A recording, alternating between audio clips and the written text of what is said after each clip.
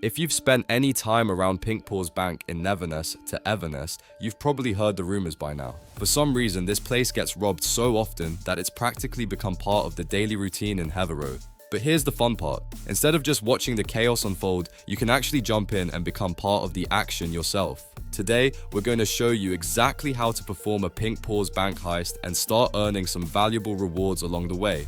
Now, don't expect this heist to be a simple smash and grab mission.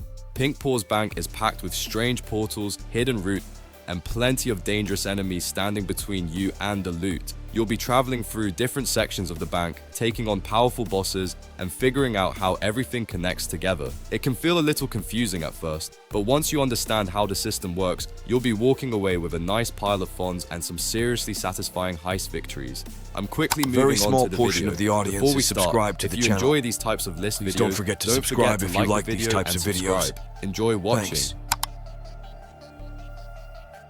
So, the Pink Paws Bank Heist in Neverness to Everness is one of those systems that looks simple at first, but actually has a pretty clear progression path you need to follow before you even get inside. You will first encounter Chiz early in the game, but don't expect to jump into heists right away. To actually unlock access, you need to reach City Tycoon rank 10. This is done by playing through different activities and the mini-games across the game world. It acts like a soft gate, making sure you understand the core systems before you start robbing banks in simulation mode. Once you hit that requirement, things open up a lot. You will be able to go to the Pink Paws Bank location and enter the building freely. Inside, you will find Chiz waiting by the counter, and she is basically your main point of contact for everything related to the heists. When you talk to her, she will give you a few dialogue options. This is where things officially start. If you want to begin a heist, you simply choose the option where you say, "I am in," during the conversation. That triggers the entire Pink Paws heist setup. After that, Chiz gives you a short introduction to how the system works, and then you are moved into a waiting lobby. This is where you can either go solo or invite friends if you want to run it in multiplayer. Once the countdown timer finishes, the heist begins automatically. The structure of the bank is basically a multi-floor dungeon. Your goal is to move through each level, clearing enemies and mini-bosses while grabbing as much loot as possible. Almost everything inside the bank can be looted, so you will constantly be picking up gold bars, cash stacks, and other valuable items. As you explore, you will also find hidden interactable objects like desks, tables, and filing cabinets. These often contain extra rewards such as keycards, important documents, and special Pink Paws shop currency. The keycards are especially useful because they unlock vaults deep inside the lower levels of the bank. One important detail is that the bank layout stays consistent every time.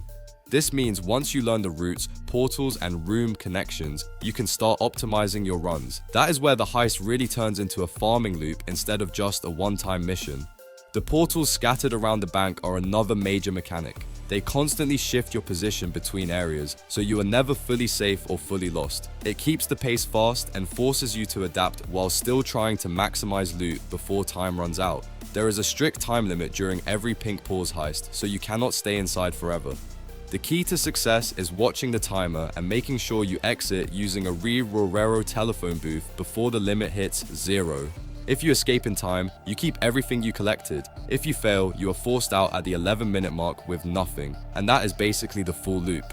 Enter the bank, grab everything you can, fight through floors, manage the timer, and escape clean. Once you get comfortable with the layout and the mechanics, Pink Paws heists turn into one of the most efficient ways to farm resources in Neverness to Everness. If you want to consistently succeed in Pink Paws heists in Neverness to Everness, the biggest improvement you can make is actually deciding your objective before you even step inside. The game gives you multiple ways to earn rewards, but trying to do everything in one run usually leads to wasted time and missed extraction. Once you understand that, your opening strategy becomes way clearer. If your goal is anything other than just farming basic funds, it is usually better to ignore the reception area entirely. That first zone mostly contains small cash pickups, and while it feels rewarding, it can easily slow you down right at the start of your run. Instead, a more efficient approach is to immediately head toward the stairs and reach the lower floors where the teleporters are located. These deeper sections of the bank are where the real value begins, and getting there quickly gives you more time to actually secure meaningful loot. If you are specifically farming funds, you should also adjust how you approach combat. Enemies that emit a golden glow are your priority targets because they drop significantly better rewards. Regular enemies can be ignored most of the time unless they are blocking your path or directly slowing your progress.